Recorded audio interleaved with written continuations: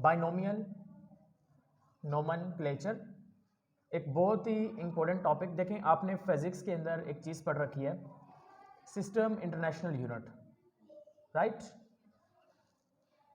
लेकिन बायोलॉजी की अगर हम बात करें तो यहाँ पर ऐसा यूनिट्स तो नहीं है। यहाँ पर जो चीज़ है हमारे काम की वो है बाइनोमियल नोमेनक्लेचर। तो पहले बेटा मैं आपको कार्लस लिनियस की लाइफ हिस्ट्री बताता हूँ। लाइफ हिस्ट्री वो वाली नहीं जो आपने विकिपीडिया के ऊपर पढ़ रखी है या इसके बारे में सुन रखा है या टीचर्स आपको बताते हैं। हम इसकी असल वाली लाइफ हिस्ट्री के बारे में बताएंगे आपको, क्योंकि बेटा जो हिस्ट्री होती है ना, तारीख जब लिखी जाती है तो उसमें बहुत सारी चीज़ें ऐसी होती हैं जो अपने पसंद की लिख दी जाती हैं। सपोज दैट अगर एक ऑथर लिख रहा है एक बुक और उसका फेवरेट बंदा है कार्लस लिनियस, तो जाहिर बात है उसके बारे में क्या लिखेगा, वो अच्छा ही लिखेगा ना। तो आज हम खुलासा करेंगे कि क्या जो कार्लस लिनियस है, जो काम इसने किया है बाइनोमियल नोमेनक्लेचर का, क्या ये इसका अपना वर्क था या फिर बाकी जैसे बहुत बड़े बायोलॉजिस्ट, जैसा कि बेटा डीएनए का मॉडल दिया था वाटसन एंड क्रिक ने, और असल में वो मॉडल उनका था ही नहीं, वो मॉडल किसी और का था। इसी तरह से अलेक्जेंडर ग्राहम बेल जिसके बारे में कहा जाता है कि उसने टेलीफोन डिस्कवर किया, वो काम उसका नहीं था, वो उनके दोस्तों का था। तो क्या कार्लस लिनियस ने भी किसी का काम चुराया था या क्या था, इसके बारे में बात करते हैं। बेटा अगर हम कार्लस लिनियस की बात करें, हमने प्रीवियस लेक्चर में भी डिस्कस किया कि he is the father of classification as well as the father of the taxonomy. लेकिन अगर मैं बेटा इसकी लाइफ के बारे में बात करें ना, पहले विकिपीडिया पे बता देता हूं कि क्या लिखा हुआ है। विकिपीडिया पे बेटा वहां पे लिखा हुआ है कि जो कार्लस लिनियस है वो एक ग्रेट बायोलॉजिस्ट गुजरे हैं बायो की हिस्ट्री के अंदर, और इस बंदे ने ज़ूलॉजिस्ट भी है, ये बंदा बॉटनिस्ट भी है, इस बंदे ने और भी बहुत सारे काम कर रखे हैं कार्लस लिनियस ने। और सबसे पहले क्लासिफिकेशन सिस्टम भी इसने दिया था, इसने 3 किंगडम क्लासिफिकेशन भी दी थी। वो एक अलग बात है कि इसकी जो 3 किंगडम क्लासिफिकेशन थी वो कामयाब नहीं हुई और इसको पॉपुलैरिटी नहीं मिली उस वजह से। कल डेट क्या थी, 29 नवंबर, और कल इसका बेटा बर्थडे एनिवर्सरी भी थी। कितनी, 290th थी इसकी बर्थ डे था इसका। ईयर्स की बात कर रहे हैं, ये इतने साल पहले की बात है, ठीक है। तो बेटा इतने साल पहले जब कार्लस लिनियस की बर्थ हुई, 290 ईयर्स पहले, ऑलमोस्ट 3 सेंचुरीज पहले जब कार्लस लिनियस की बर्थ हुई, तो बेटा ये असल में एक ऐसे इलाके में पैदा हुआ जहां पे किंग सिस्टम था। जाहिर सी बात है बेटा, आज से 3 सदियां आप पीछे चले जाते हैं तो उस वक्त ये कोई गवर्नमेंट सिस्टम नहीं था, कोई प्रेसिडेंट नहीं था, कोई कुछ नहीं होता था, कोई वजीर आजम नहीं था, प्राइम मिनिस्टर नहीं था, कुछ भी नहीं था। वहां पर कौन सा सिस्टम होता था, किंग सिस्टम। कौन सा किंग सिस्टम, समझते हैं? किंग सिस्टम का मतलब यह है कि बेटा अगर किसी किंग ने ऑर्डर दे दिया तो वो काम करना ही करना है, उसको आप रिजेक्ट नहीं कर सकते। किंग आपको कह दे कि इसको फांसी दे दो, इसको फांसी दे दो, बगैर किसी वजह के दे दी जाएगी। तो ये जो कार्लस लिनियस था, ये असल में कहा जाता है कि ये एक बेटा वो सिपाही था जो बादशाह के बहुत ही करीब था। यानी कि बादशाह जो है बेटा, उसके वजीर भी तो होते हैं ना, जो करीब लोग होते हैं उसके, तो ये उन करीब लोगों में से एक था जो बादशाह की बात सुनते थे और फिर उसको राया तक पहुंचाते थे या बादशाह के काम करते थे। बादशाह ने एक दिन ऑर्डर जारी किया। बादशाह ने कहा मुझे एक बाग चाहिए, एक बाग बनाना है मेरे लिए, और मुझे उस बाग में इस पूरी दुनिया का हर एक पौधा चाहिए, हर एक पौधा चाहिए, हर एक प्लांट। और ये ऑर्डर किसको दिया, कार्लस लिनियस को दिया। कार्लस लिनियस ने ऑलमोस्ट 10 साल के करीब करीब लगाए और उसने 10 साल के बाद फाइनली वो बाग जो गार्डन था वो बनाने में कामयाब हो गया। अब जारी बात है, बादशाह ने ऑर्डर दिया, ऑर्डर पूरा हो गया, बाग बन गया, 10 सालों की मेहनत है, तो बादशाह का तो हक बनता है वो बाग में आए और पौधों के बारे में पूछे, ये प्लांट कौन सा है, ये कौन सा, ये कौन सा, हक बनता है ना उसका। तो ऐसा ही हुआ, बादशाह का काम था आना। अब बेटा कार्लस लिनियस ने क्या किया, suppose that Carolus Linnaeus China में गया, वहां के जो लोकल प्लांट्स थे उनको इकट्ठा किया और साथ में बेटा उसने वहां के लोगों को भी ले लिया। यानी कि जारी बात है, जब बादशाह पूछेगा प्लांट्स के बारे में बताना तो पड़ेगा ना, कौन कौन सा प्लांट है। तो हर एक कंट्री से, हर एक मुल्क से वो उन एक एक इंसान को, बायोलॉजिस्ट को पकड़ता गया। बादशाह की एंट्री हुई, बादशाह एंट्री हुई। एंट्री होने के बाद क्या हुआ बेटा, बादशाह ने पूछा भाई, हाँ भाई इस पौधे का नाम बताओ। पीछे 10-12 बायोलॉजिस्ट खड़े थे जो कि मुख्तलिफ कंट्री से बिलोंग करते थे, मुख्तलिफ जगहों से बिलोंग करते थे। हर एक बायोलॉजिस्ट ने अपनी अपनी जुबान में नाम बता दिया। वो बड़ा कंफ्यूज हो गया, पौधा एक है, पीछे नाम 10-12 है, प्लांट एक है, वो प्लांट का नाम पूछता है, इस प्लांट का नेम बताओ, पीछे से 10-12 बायोलॉजिस्ट अपना अपना नाम बता देते थे। बायोलॉजिस्ट भी गलत नहीं थे, वो अपनी अपनी जुबान में बता रहे थे, पौधा एक था। बादशाह बड़ा कंफ्यूज हुआ। बादशाह ने लिनियस को एक और ऑर्डर दे दिया। उसने कहा भाई मेरा नेक्स्ट काम सुनो, तुम्हारा अगला काम यह है कि तुमने हर पौधे के नीचे एक खास किस्म का नाम लगा दो जो पूरी दुनिया में एक हो। ऐसा ना हो कि मैं इसके बारे में पूछ रहा हूं, 10-12 लोग अपना अपना बता रहे हैं। तुम एक पौधे का एक नाम रखो और उसके नीचे उसका नाम लिख के लगा दो, पट्टी लगा दो उसके नाम की, ये इसका नाम है, ठीक है। तो जो कार्लस लिनियस था उसने बादशाह का जो ऑर्डर था, ऑर्डर फॉलो किया और उसने क्या किया बेटा, उसने इसके ऊपर काम स्टार्ट कर दिया, ठीक है।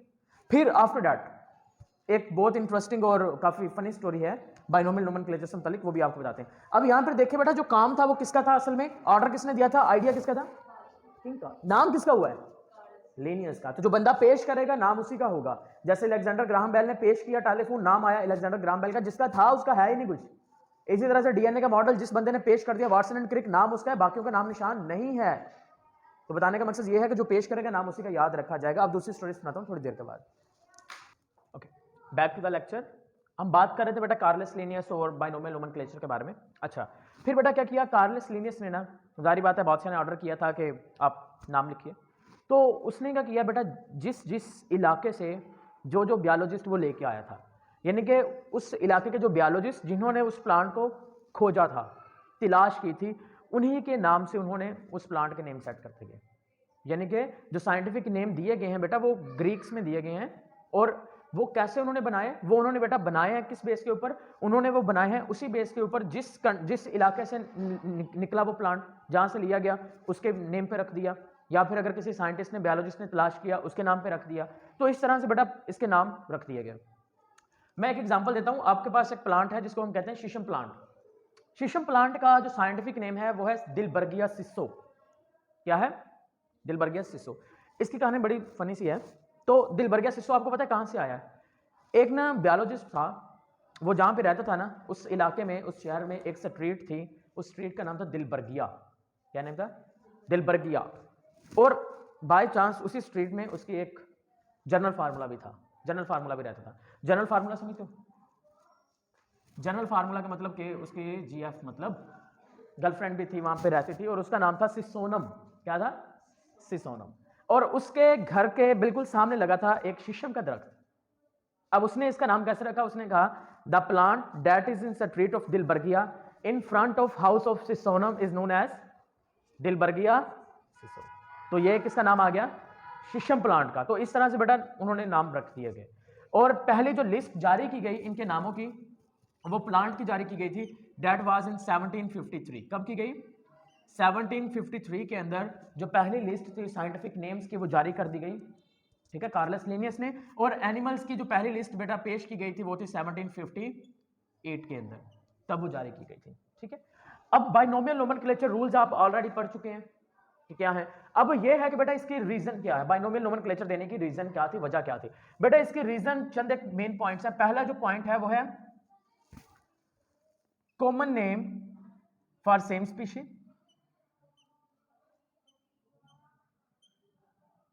Common names for same species. अब इसका मतलब क्या हुआ बेटा, इसका मतलब यह हुआ, देखिए common name for same species, species एक है लेकिन उसके नाम क्या होंगे, बहुत सारे। क्या होंगे, बहुत सारे कॉमन नेम। जैसा कि लाहौर वाली साइड पे चले जाओ ना, वहां पे ऑनियन को प्याज कहते हैं। ये यजमान में आ जाओ, हमारे यहाँ पे क्या कहते हैं पंजाबी में, नहीं, गंडा। सुन रखा है कि नहीं, तुमने सुन रखा है। और क्या कहते हैं, सराइकी में आगे चले जाओ, चोलिस्तान वाली साइड पे जहाँ पे सराइकी रहते हैं, भावलपुर में सराइकी हैं, और इसको बसल वसल कुछ इस नामों से पुकारते हैं। इंग्लिश में इसको ऑनियन कहते हैं। इसी तरह से अगर आप चाइना में चले जाओगे तो चाइना की मैंडेरियन लैंग्वेज है, वहां पे इसे किसी और नाम से पुकारते होंगे, कोरिया में किसी और नाम से, राइट। अब बताने का मकसद ये है कि बेटा स्पीशी एक है लेकिन कॉमन नाम बहुत है। कॉमन नाम का मतलब जिस इलाके में गए वहां के एक आम नाम, जिस इलाके में जा रहे हो वहां पर उसकी स्पीशी का एक आम नाम जो वहां का है। तो सबसे पहली जो रीजन थी ना सबसे बड़ी बाइनोमियल नोमेनक्लेचर देने की, वो थी common name for same species. वो कार्लस लिनियस की स्टोरी याद आ गई ना, वो किंग ने पूछा था, स्पीशी एक थी, पीछे से वो हर कोई अपना अपना कॉमन नेम बताता जा रहा था। अब इसी तरह से स्पीशी एक है, जैसे कि प्याज, उसके कॉमन नेम बहुत सारे हैं, गंडा, बसल, वसल, ऑनियन। कोरिया में कोई और है, चाइना में कुछ और है, 257 या 56 कंट्रीज हैं, हर एक कंट्री के अंदर डिफरेंट नेम है। अब सपोज करो अगर बाहर से कोई ज़ूलॉजिस्ट या बायोलॉजिस्ट पाकिस्तान के अंदर आ जाता है, चाइना से आ गया रिसर्च के लिए, अब वो चाइना में आके अब ऑनियन मांग रहा है, चाइना अगर वो अपनी जुबान के अंदर बोले आपको भी मुझे प्याज दे दो, आपको समझ लगेगा? नहीं। आप वहां पे जा रहे हो, आप वहां पे जाकर मुझे कहें उनको कि मुझे प्याज दे दो, नहीं समझ आएगी उनको क्या मांग रहे हो पता नहीं। तो फिर इन्होंने सोचा क्यों ना एक ऐसा नाम हो जो पूरी दुनिया में क्या हो, कॉमन हो, यानी कि बेशक कोई बायोलॉजिस्ट इधर से उधर चला जाए, दुनिया के किसी भी कोने में चला जाए, वहां पर क्या होना चाहिए, एक जैसा होना चाहिए। तो पहली जो रीजन है, फिर उस नाम को क्या नेम दे दिया, बाइनोमियल नोमेनक्लेचर। लफ्ज क्या है, बाइनोमियल, बाई का मतलब दो, नोमियल का मतलब नेम्स, कितने नाम होंगे, दो नाम होंगे। अब नोमेनक्लेचर मेथड को कहते हैं, टेक्निक को कहते हैं, the method the process of giving scientific name to living organism is known as binomial nomenclature. समझ आ गई बात? पहली रीजन समझ आ गई। अब सेकंड रीजन बेटा जो थी वो थी different name for same species. पहले मैंने लिखा common name for same species, अब मैं लिख रहा हूं different species have common names. अब स्पीशीज क्या है, डिफरेंट है, लेकिन उनके नाम क्या है, एक जैसे हैं। सपोज दैट अगर मैं कौवे की बात कर लेता हूं, पहाड़ी कौवा और ये जो हमारे आम क्रो है, कॉमन क्रो होता है, और एक पहाड़ी कौवा होता है जिसको रावण कहते हैं। अब दोनों कौवे जो हैं वो उनके स्पीशीज डिफरेंट है, लेकिन हम उनको एक ही नाम से पुकारते हैं, वो क्या है, कौवा, राइट? तो ये तो नहीं कहते भाई ये रावण जा रहा है, रावण उठ जा रहा है, कह रहा कोई ऐसा नहीं, कहते हैं कौवा जा रहा है, उड़ रहा है। तो कॉमन नेम्स हैं, स्पीशीज बेशक डिफरेंट है। दूसरी गलती हमारी। अब इसी तरह से बेटा आपकी बुक में एक लफ्ज इस्तेमाल किया गया ब्लू बेल का, ब्लू बेल। अब ब्लू बेल क्या होता है, जब काफी सारे dozen of plant with bell shaped flowers, dozen of plant with bell shaped flower, उसको क्या कह देंगे, ब्लू बेल, ठीक है, डोजन ऑफ प्लांट्स। अब उसने एक प्लांट की बात नहीं की, प्लांट्स पता नहीं कौन कौन से हैं, जब उन सभी प्लांट्स को इकट्ठा कर लेंगे उसका एक डोजन बन जाएगा, और साथ में अब बेल शेप्ड फ्लावर भी होंगे, बेल शेप लिख लें, उसको क्या कहेंगे, इस कार्ड ब्लू बेल। अब हमने उसको एक नेम दे दिया, वो क्या है, ब्लू बेल। इसी तरह से वो एक बेटा आपने देखा होगा जिसमें काफी सारे फूल लगे होते हैं, देखा है कि नहीं, उसमें डिफरेंट कैटेगरीज के फूल होते हैं, नहीं देखा क्या, शादियों पे लगे होते हैं, जिसको क्या कहते हैं हमारे और इस बार में कुछ और ही नाम देते हैं उसको, ठीक है। अब उसमें डिफरेंट किस्म के फूल लगे होते हैं, स्पीशीज डिफरेंट होती हैं, लेकिन हमारे जुबान में उसे कुछ और ही कहते हैं, एक ही नाम देते हैं, उस पूरे गुलदस्ते को नाम दे देते हैं हम कुछ ऐसा, राइट? तो यहाँ पर भी कुछ ऐसा, बहुत सारे प्लांट है लेकिन नाम उसको एक दिया जा रहा है, वो क्या है, ब्लू बेल। तो ये दूसरी प्रॉब्लम थी कि भाई स्पीशीज तो डिफरेंट है, नाम हम एक जैसा दे रहे हैं, ये सबसे बड़ी प्रॉब्लम है। तो क्यों ना एक ऐसा नाम होना चाहिए जो पूरी दुनिया में एक जैसा हो, तो ये प्रॉब्लम खत्म हो जाए। और सबसे मेन प्रॉब्लम थी बेटा, common names have no scientific basis, common names have no scientific basis. एक सपोज दैट, अब बेटा अगर मैं फिश को डिफाइन करूं, जो फिश होती है उसकी डेफिनेशन ये होती है कि बेटा ये एक वर्टिब्रेट एनिमल है। फिश क्या होती है, वर्टिब्रेट एनिमल होता है जिसमें स्पाइनल कॉर्ड होगा, नोटोकॉर्ड होता है। लेकिन बेटा अगर मैं स्टार फिश की बात करूं तो star fish is not a fish, जो स्टार फिश है वो फिश नहीं है। लेकिन फिर इसके नाम के साथ फिश क्यों लगाया गया, लोगों ने देखा, ये कॉमन नाम है, लोगों ने देखा कि इसकी शेप किससे मिलती है, स्टार से, और ये कहां पर पानी जाती है, पाई जाती है पानी में, समुद्र में पाई जाती है, और समुद्र में तो फिशेज ही होती हैं, उन्होंने इस बेस पे इसको क्या नाम दे दिया, स्टार फिश। इसी तरह से एक और फिश है क्रे फिश, जो क्रे फिश है ये फिश है ही नहीं, because it does not fit into the definition of fish. Fish की जो डेफिनेशन है, फिश में गिल्स होते हैं, फिश के अंदर बेटा वहां पर फैट्स की लेयर्स मौजूद होती हैं। इसी तरह से जो फिश होती है बेटा, फिश के अंदर वर्टिब्रेट एनिमल है वो एक, लेकिन इसके अंदर तो ऐसा कुछ है ही नहीं। अब देखिए कॉमन नेम की कोई भी साइंटिफिक बेसिस नहीं होती, इज दैट क्लियर? अब आपने प्याज रख दिया, कोई बता सकता है प्याज क्यों रखा गया उसका नाम, नहीं पता। लेकिन अब अगर हम एलियम सीपा की बात करें तो उसके पीछे कोई रीजन होगी, या वो किसी साइंटिफिक का नेम हो सकता है, या जिस इलाके से डिस्कवर किया गया वहां का हो सकता है, इस तरह से कुछ भी हो सकता है। समझ आ गई बात? ओके, तो आपको ये चीज याद रखनी है, जो दो नाम मैंने कहा बाइनोमियल नोमेनक्लेचर में दो नेम्स होंगे, उन दो नामों में से बेटा जो फर्स्ट नेम होगा, बाइनोमियल नोमेनक्लेचर में से दो नामों में से जो बेटा फर्स्ट नेम होगा, आपने याद रखना है कि जो फर्स्ट नेम आएगा वो हमेशा जेनरा का आएगा। किसका आएगा? जेनरा का आएगा। और दूसरा जो नेम होगा, सेकंड नेम होगा, वो किसका होगा? स्पीशी का होगा। सेकंड नेम किसका होगा? स्पीशी का होगा। और एक और पॉइंट एमसीक्यूज के लिए, जो जीनस या जेनरा का नेम होगा ये आपने लिखना है कैपिटल लेटर से, और स्पीशी का नेम लिखोगे स्मॉल लेटर से। इसी तरह से हमारे बुक के अंदर बेटा चंद एक उन्होंने साइंटिफिक नेम लिखे हुए हैं जो आपको करने हैं, जैसा कि ऑनियन का लिख दिया उन्होंने। ऑनियन का नेम क्या होता है? एलियम सीपा आप जानते हैं ऑलरेडी। इसी तरह से बेटा पोटाटो का लिख दिया है, सोलानम ट्यूबरसम, पोटाटो। इसी तरह से बेटा ब्रिंजल का लिखा हुआ है, राइट। इसी तरह से 2-3 और लिखे हुए हैं, कैसिया फिस्टोला, अमाल्थस, उसका एक साइंटिफिक नेम लिखा हुआ है। तो आपको इनके साइंटिफिक नेम लिखने भी हैं, याद भी करने हैं। Is that clear? बस यहाँ से आपके लिए कुछ भी नहीं है, क्योंकि बेटा ये जो टॉपिक है ये ज़्यादा इंपॉर्टेंट होता है 9th क्लास में।